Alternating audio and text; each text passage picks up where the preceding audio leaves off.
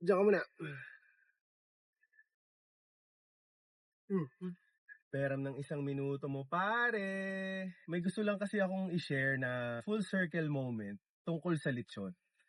So, pare, naalala ko kasi yung isa sa mga pinakaunang alaala ko ng Pasko nung bata pa ako is yung airpot ko, aayain ako nung lumabas para mamili ng lechon.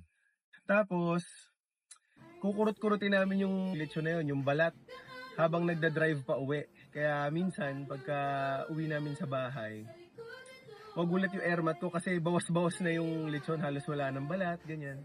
Yung airmats ko naman, madadat na namin na nagluluto ng pang Noche Buena namin.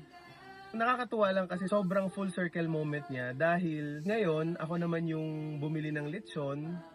Tapos mamaya pag uwi namin sa bahay, dadatnan ko yung misis ko na nagluluto para sa Noche Buena namin mamaya.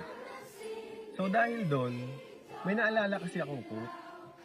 Ang sabi, Christmas isn't measured by the size of the table, but those who gather around it.